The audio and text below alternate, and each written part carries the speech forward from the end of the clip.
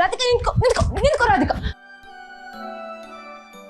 ಇಡೀ ಮನೇಲೆಲ್ಲ ಸುಟ್ಟು ವಾಸನೆ ಗೊತ್ತಾ? ಹಣ್ಣು ಹೊಟ್ಟೆ ಉರಿ ಎಷ್ಟು ಜಾಸ್ತಿ ಆಗಿತ್ತು ಅಂದ್ರೆ ಎಲ್ಲಿ ಬೆಂಕಿ ಹತ್ಕೊಬಿಡುತ್ತೋ ಅನ್ಕೊಂಡಿದ್ದೆ. ಬೇಡ ರಾಧಿಕಾ, ತಮಾಷೆ ಸಾಕು, ನಿಲ್ಸು. ಅಣ್ಣಂಗೇನಾದ್ರೂ ಸೂಪರ್ ಪವರ್ ಇದ್ದಿದ್ರೆ ಶಿಮ್ಲಾ ಡಾಕ್ಟ್ರು ಮಂಗಳ ಗ್ರಹಕ್ಕೆ ಶಿಫ್ಟ್ ಆಗಿರ್ತಿದ್ರು. ನಿನ್ನ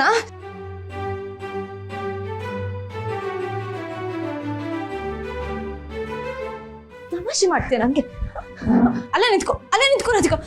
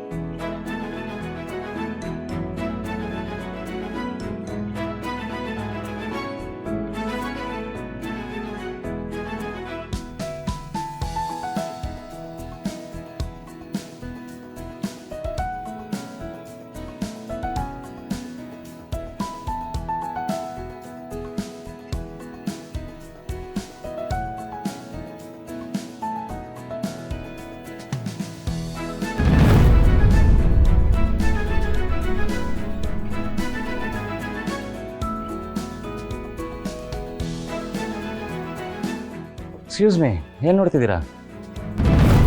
ಈ ಬ್ರಹ್ಮ ಟೈಮ್ ತಗೊಂಡು ಸೃಷ್ಟಿ ಮಾಡೋದಂದ್ರೆ ಇದೇನಾ ಅಂತ. ಕಂಗಳು ಅಂದ್ರೆ ಕೊಳ ಅಂತ ಕವಿಗಳು ಯಾಕೆ ಬರೀತಾರನ್ನೋದು ಇವ್ರನ್ನ ನೋಡಿದ್ಮೇಲೆ ಅರ್ಥ ಆಗಿತ್ತು.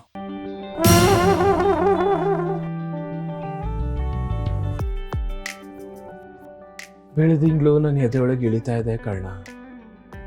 ಆ ನಗು ನೋಡಿ, ತೇಟ್ ಮಗು ಥರನೇ ಇಲ್ವಾ? ಇವ್ರನ್ನ ನೋಡ್ತಾ ನೋಡ್ತಾ ನಾನೇ ಕವಿ ಆಗ್ಬಿಡ್ತೀನಾ ಅಂತ ಅನಿಸ್ತಿದೆ. ಅಷ್ಟೆಲ್ಲ ರಿಸ್ಕ್ ತಗೋಬೇಡಿ. ನಿನಗಾಗಿ ಬೆಚ್ಚನೆ ಪ್ರೀತಿ ನೀಡಲು ನನ್ನ ಹೃದಯ ಹಾತೊರೆತಿದೆ. ಈ ಬಿಸಿಲಿಗೆ ಆಗಲೇ ಬೇವರಿ ಸಾಕಾಗಿದೆ. वाह वाह वाह वाह वाह वाह, क्या बात है, बहुत अच्छा बात है. ಪ್ರಾಸ ಸೂಪರ್ ಆಗಿತ್ತು ಕರ್ಣ ಸರ್. ಹೇಗಾದ್ರೂ ಮಾಡಿ ನಿಧಿ ಹೃದಯನ ಕದಿಬೇಕಲ್ಲ. ಅಂಗಾಂಗ ಕಳ್ಸಾಗಣೆ ಮಾಡೋದು ಇಲ್ಲೀಗಲ್, ಕಾನೂನು ಬಾಹಿರ. ಇದರಿಂದ ನಿಮ್ಮ ಮೆಡಿಕಲ್ ಲೈಸೆನ್ಸ್ ಕೂಡ ಕ್ಯಾನ್ಸಲ್ ಆಗ್ಬೋದು. MBBS ಓದಿ ಡಾಕ್ಟರ್ ಆಗಿ, ಅದರಲ್ಲೂ ಹಾರ್ಟ್ ಸರ್ಜನ್ ಆಗಿದ್ದು ನಿಮ್ಗೆ ಗೊತ್ತಿರಬೇಕಲ್ವಾ? ಹಾ, ನಮ್ಮ ಕರ್ಣ ಸರ್ಗೆ ಈ ಹಾರ್ಟ್ ಕದಿಯೋ ಮ್ಯಾಟರ್ ಅಲ್ಲಿ ತುಂಬಾ ಹಾಸ್ಪಿಟಲ್ ಕೆಲಸ ಇಲ್ವಾ? ಇದೆ ಅಲ್ವಾ? ಮತ್ತೆ ಬನ್ನಿ ಮಾಡೋಣ. ಈ ಕರ್ಣ ಯಾವ ಥರ ವ್ಯಕ್ತಿ ಅಂತಾನೆ ಕನ್ಫ್ಯೂಸ್ ಆಗ್ತಿದೆಯಲ್ಲ. ಆದ್ರೂ ಒಂಥರ ಇಂಟ್ರೆಸ್ಟಿಂಗ್ ಕ್ಯಾರೆಕ್ಟರ್. ನೀವಂತೂ ಅಮೇಜಿಂಗ್.